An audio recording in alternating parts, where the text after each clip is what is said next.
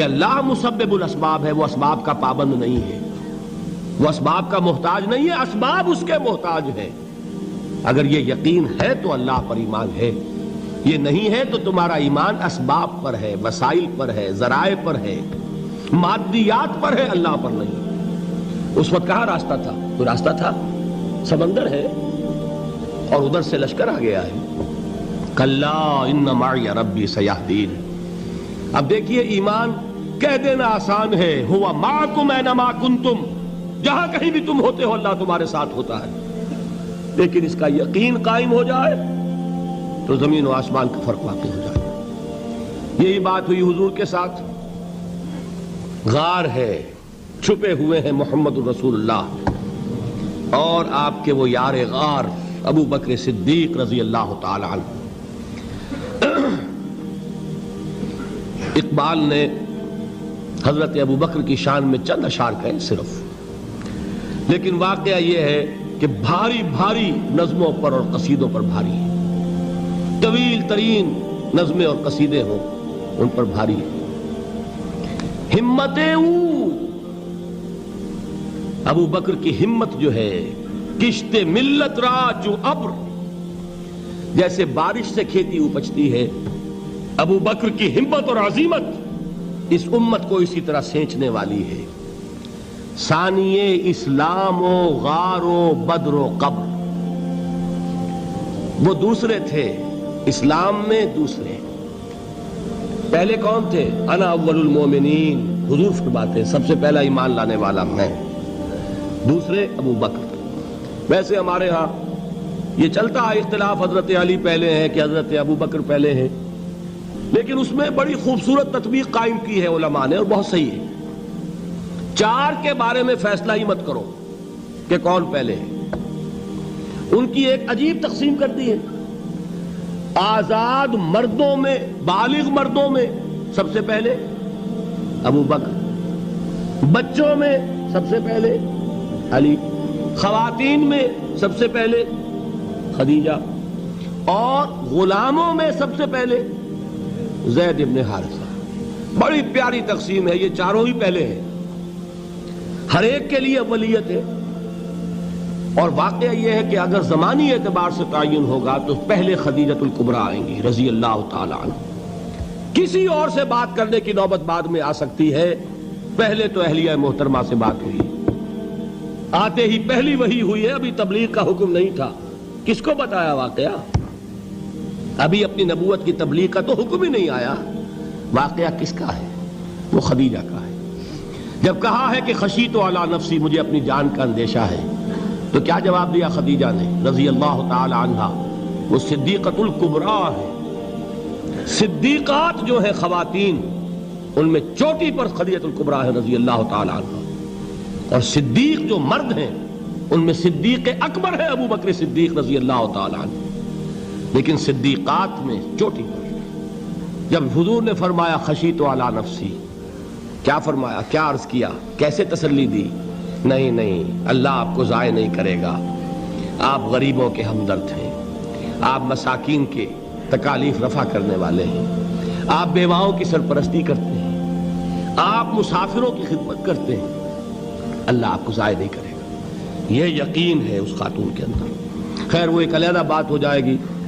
میرے دل پر حضرت خدیجہ رضی اللہ تعالیٰ عنہ کی شخصیت کا بڑا گہرا نقش ہے، جو وہ کوئی اور ہی وقت اور موقع ہوا تو بیان ہوگا۔ بہرحال اقبال نے ایک مصرے میں جو چار اولیتیں جمع کر دی ہیں، ہمتیں او کشت امت را چو ابر، ثانی اسلام و غار و بدر و قبر۔ اسلام میں حضور کے بعد پہلے کون؟ ابو بکر۔ غار میں حضور کے ساتھ کون؟ ابو بکر۔ بدر کی رات اللہ کا رسول سربسجود وہ گھاس پھوس کی جو جھوپڑی بنائی گئی تھی، اور وہاں تلوار ننگی لے کر پہرا دینے والا کون؟ ابو بکر۔ اور اس حجرہ عائشہ میں محمد کے بعد سب سے پہلے دفن ہونے والا کون؟ ابو بکر رضی اللہ تعالی عنہ صلی اللہ علیہ وسلم۔ وہ جو معاملہ میں سنا رہا تھا غار ثور کا، حضرت ابو بکر بھی حضور کے خیال سے لرز گئے ہیں. آپ کو یاد ہوگا کہ جا کر پہلے تمام جتنے سوراخ تھے انہیں بند کیا ہے. ایک سوراخ رہ گیا تھا جس کو بند کرنے کے لیے کوئی کپڑا نہیں تھا. وہاں اپنی ایڑی رکھی ہے. تب کہا ہے حضور سے تشریف لائیے, اور اپنے زانو پر حضور کو لٹایا ہے. اور وہاں کسی موذی جانور نے کاٹا ہے. حضور کی آنکھ لگ گئی تھی. اس وقت اس بل کے اندر جو بھی بچھو ہے کیا ہے واللہ عالم, اس نے کاٹا ہے. اس کی تکلیف کی وجہ سے ابو بکر کی آنکھوں سے آنسو ٹپک گئے. حضور کے چہرے مبارک پر پڑے ہیں تو حضور جاگے ہیں معاملہ کیا ہے. ایڑی نہیں ہٹائی وہاں سے, مبادا وہ جانور وہاں سے نکل کر محمد الرسول اللہ کو کوئی گزن پہنچا دے. ابو بکر کی ایڑی ہے, جس طرح چاہے کھا لے, ختم کر دے, جان نکل جائے تب کوئی آنچ آئے محمد پر تو آئے, لیکن جیتے جی نہیں. وہ ہے ابو بکر. حضور کے خیال سے اس وقت حضور نے پھر اپنا لعاب دہن لگایا ہے, اور اس سے پھر آپ کی تکلیف ختم ہوئی. جیسے خیبر میں حضرت علی کی آنکھ دکھ رہی تھی, اس کو جو شفا حاصل ہوئی ہے وہ بھی حضور کے لعاب دہن سے ہوئی. تو بہرحال اس وقت انہوں نے کہا ہے کہ اے نبی یا رسول اللہ, اگر اس وقت ان میں سے کسی نے غیر ارادی طور پر بھی اپنے قدموں کی طرف جھانک لیا تو پکڑے جائیں گے.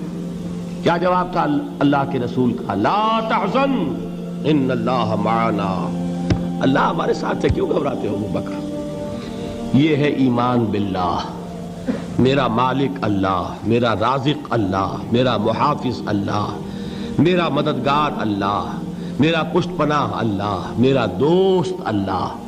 یہ دوستی ہے اللہ کی جو لب لباب ہے, حاصل ہے ایمان کا. اسی کا نام ولایت ہے. اولیاء اللہ کے سروں پر سینگ نہیں ہوتے. جس کے دل میں ایمان راسخ ہو چکا ہو وہی اللہ کا ولی ہے. جسے اللہ پر یقین ہو چکا ہے وہی اللہ کا ولی ہے. جسے یقین ہے اللہ میرے ساتھ ہے, میرا مددگار, میرا پشت پناہ, میرا ساتھی, میرا دوست, میرا محبوب, میرا محب. اللہ اہل ایمان سے محبت کرتا ہے. واللہ یحب الصادقین, ان اللہ یحب الذین یقاتلون فی سبیلہ صفا کانہم بنیان مرصوص. اللہ محبت کرنے والا, اہل ایمان محبوب, اور اہل ایمان محبت کرنے والے اللہ محبوب. والذین آمنوا اشد حبا للہ. آپ تصور کیجئے جسے یہ رشتہ ایمان یا رشتہ ولایت حاصل ہو جائے, الا ان اولیاء اللہ لا خوف علیہم ولا هم یحزنون. آگاہ ہو جاؤ, اللہ کے دوستوں کے لیے نہ کوئی خوف ہے نہ کوئی حزن ہے. اور میں بیان کر چکا تھا, خوف اور حزن کے خاتمے ہی کا نام امن ہے. زوال خوف, زوال حزن. یہ خوف اور حزن کیوں آتے ہیں بار بار؟ اللہ تخافوا ولا تحزنوا, دونوں آ گئے. الا ان اولیاء اللہ لا خوف علیہم ولا هم یحزنون, پھر وہی دو. وہ کیوں ہے؟ خوف ہوتا ہے کسی مستقبل کی بات کا, یہ نہ ہو جائے, وہ نہ ہو جائے, یہ نقصان نہ پہنچ جائے, یہ تکلیف نہ ہو, یہ غضب نہ آ جائے. خوف ہے مستقبل سے. حزن ہے یہ کیوں ہوا, یہ نہیں ہونا چاہیے تھا, یہ میرا فلاں چیز میرے ہاتھ سے جاتی رہی ہے, فلاں موقع نکل گیا, اب بیٹھے ہوئے ہیں اندر ہی اندر کڑ رہے ہیں, صدمہ ہے اور رنج ہے. اور جو اللہ پر ایمان رکھتا ہے وہ جانتا ہے ما اصاب من مصیبت فی الارض ولا فی انفسکم الا فی کتاب من قبل ان نبرأها ان ذلک علی اللہ یسیر لکی لا تعصوا علی ما فاتکم ولا تفرحوا بما آتاکم واللہ لا يحب كل مختال فخور. اس زمین میں یا تمہاری جانوں میں کوئی تکلیف, کوئی مصیبت نہیں آ سکتی سوائے اس کے کہ جو اللہ نے لکھ دی ہو, اس سے پہلے کہ وہ ظاہر ہو. جس کو یہ حقیقت معلوم ہو گئی اس کو یہ طرز عمل اختیار کرنا چاہیے. جو چیز چھن جائے, جاتی رہے, چھوٹ جائے, اس پر افسوس نہ کرو. کس نے چھینی؟ دوست نے. دوست کے فیصلے پر شکایت. دوستی کو بٹا لگا رہے ہو, سرے تسلیم خم ہے جو مزاج یار میں آئے. اگر دوستی ہے تو پھر تو تمہیں گردن جھکانی چاہیے کہ ہر چہ ساقی ماریخت عین الطافست, جو بھی میرا ساقی میرے پیالے میں ڈال دے اس کا کرم ہے. جو اس کی طرف سے آئے اس پر کوئی رنج نہیں, کوئی صدمہ نہیں, کوئی غم نہیں, کوئی شکایت نہیں, کوئی شکوہ نہیں. اور جو ہوگا وہ اس کے اذن کے بغیر نہیں ہوگا, اور اس کا اذن ہوگا تو یقیناً میرے لیے خیر ہی خیر ہے, چاہے وہ ناگوار شے ہو, بظاہر مجھے اچھی نہ لگ رہی ہو، میری شارٹ سائٹڈنس میں مجھے وہ نظر آ رہی ہے کہ میرے لیے بری ہے، لیکن قرآن نے کہا ہے عسیٰ ان تکرہوا شیئا وہو خیر لکم وعسیٰ ان تحبوا شیئا وہو شر لکم واللہ یعلم وانتم لا تعلمون۔ ہو سکتا ہے تم کسی چیز کو ناپسند کرو، دراحال ہے کہ اسی میں تمہارا خیر ہو، اور ہو سکتا ہے تم کسی چیز کو پسند کرو، دراحال ہے کہ اس میں تمہارا شر ہو۔ اللہ جانتا ہے، تم نہیں جانتے۔ جب مجھے یہ بات معلوم ہو گئی، میں نے اپنا معاملہ اللہ کے حوالے کیا۔ سپردم بے تو مایا خیش را تو دانی حساب کم و بیش را، اے رب جو تو چاہتا ہے وہ ہو، تیرے علم میں جو شے میرے لیے خیر ہے وہ ہو جائے، میری کوئی پسند نہیں، میری کوئی چاہت نہیں، یہ ہے راضی برضائے رب۔ اکبر الہآبادی نے اسے کہا ہے رضائے حق پہ راضی رہ، یہ حرف آرزو کیسا، خدا خالق، خدا مالک، خدا کا حکم تو کیسا۔ جب میں آ گیا بیچ میں، میری پسند، میری مرضی، میری خواہش، میری چاہت، یہی تو شرک ہے۔ ما شاء اللہ کان وما لم یشاء لم یکن، جو اللہ نے چاہا وہ ہوا، جو اس نے نہیں چاہا نہیں ہوا، اختیار اس کا ہے، میرا تو نہیں۔ رضائے حق پہ راضی رہ، یہ حرف آرزو کیسا، خدا خالق، خدا مالک، خدا کا حکم تو کیسا۔ اقبال نے اسے کہا ہے فارسی میں، اب آپ کہیں اس کا ترجمہ بھی کرو تو وہ مجھے ذرا اس وقت کچھ بہت ہی بدذوقی کسی بات نظر آئے گی۔ جائیے پوچھئے کسی سے جسے فارسی آتی ہو، برو کشید ز پیچا کے ہست بود مرا، چے اقدہا کے مقام رضا کشود مرا۔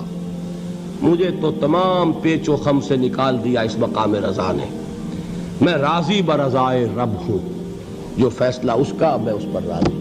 تو کہاں کا حزن اور کس کا خوف، یہی زوال حزن اور زوال خوف، یہی ہے امن، یہ نتیجہ ہے ایمان کا۔